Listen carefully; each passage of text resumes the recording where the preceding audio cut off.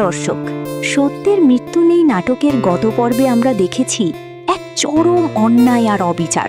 সালাউদ্দিনকে মলম পার্টির খপ্পরে ফেলে গরু চুরির নাটক সাজায় তাঁরই আপন বড় ভাই এবং ফাতেমা ভাবি। শুধু তাই নয়, নিজেদের দোষ ঢাকতে সালাউদ্দিনকে 25,000 টাকা দিয়ে মুখ বন্ধ রাখার চেষ্টা করে তারা। কিন্তু পরিবারের ছোট বউ মিম ও মঈন সব বুঝে ফেলে। আব্বা আম্মার নিষেধ থাকা সত্ত্বেও মিম আগেই বলেছিল সত্যিকারের চোর ধরতে পুলিশের টেকনোলজি লাগবে। প্রমোতে আমরা দেখেছি বাড়িতে পুলিশ চলে এসেছে।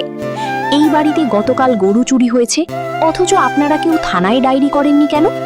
আমাদের কাছে গোপন সোর্স থেকে খবর এসেছে। কি ছিল গতকাল গরুর দায়িত্বে? মঈনুদ্দিন বলছে, স্যার, আমার এই বড় ভাই সালাউদ্দিন, ও একটা আস্ত চোর। ও নিজেই গরু বিক্রি করে এখন মলম পার্টির নাটক সাজিয়েছে। আপনি ওকে অ্যারেস্ট করেন স্যার। আমিনা কেঁদে উঠে সালাউদ্দিনের সামনে দাঁড়িয়ে, না স্যার, আমার স্বামী নির্দোষ, আমার স্বামীর গায়ে হাত দেবেন না। ওরা মিথ্যা বলছে। আমার স্বামী অজ্ঞান হয়ে রাস্তায় পড়েছিল, ওকে সাগর আর আমি উদ্ধার করে এনেছি।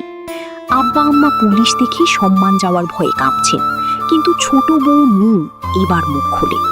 মিম সাহসের সাথে এগিয়ে এসে, অফিসার, আপনি যদি আসল চোর ধরতে চান তবে সালাউদ্দিন ভাইকে নয়, বড় ভাইজান আর ফাতেমা ভাবিকে জেরা করুন। ফাতেমা ভাবি রেগে গিয়ে, এই ছোট বউ, তুই কি পাগল হয়েছিস? পুলিশের সামনে বাড়ির মানুষের নামে মিথ্যা বলছিস? মিম, মিথ্যা কে বলছে তা এখনই প্রমাণ হয়ে যাবে। অফিসার, আপনি গতকাল সকাল থেকে বড় ভাইজানের ফোনের কল লিস্ট চেক করুন। গতকাল সকালে গোয়াল ঘরের আশেপাশে কার কার নাম্বার অ্যাক্টিভ ছিল তা দেখলেই সব ক্লিয়ার হয়ে যাবে। পুলিশ অফিসার মিমের কথায় সায় দিয়ে, ঠিক বলেছেন, টেকনোলজি এখন অনেক আপডেট। বড় ভাইয়ের দিকে তাকিয়ে, আপনার ফোনটা দিন তো। আর গতকাল সকালে আপনি কোথায় ছিলেন স্যার? এরা যদি চুরি নাই করবে তাহলে আজ সকালে সালাউদ্দিন ভাইকে মুখ বন্ধ রাখার জন্য 25,000 টাকা ঘুষ কেন দিচ্ছিল? ফাতেমা ভাবি নিজের মুখে বলেছে ওরা 1 লাখ টাকা পেয়েছে।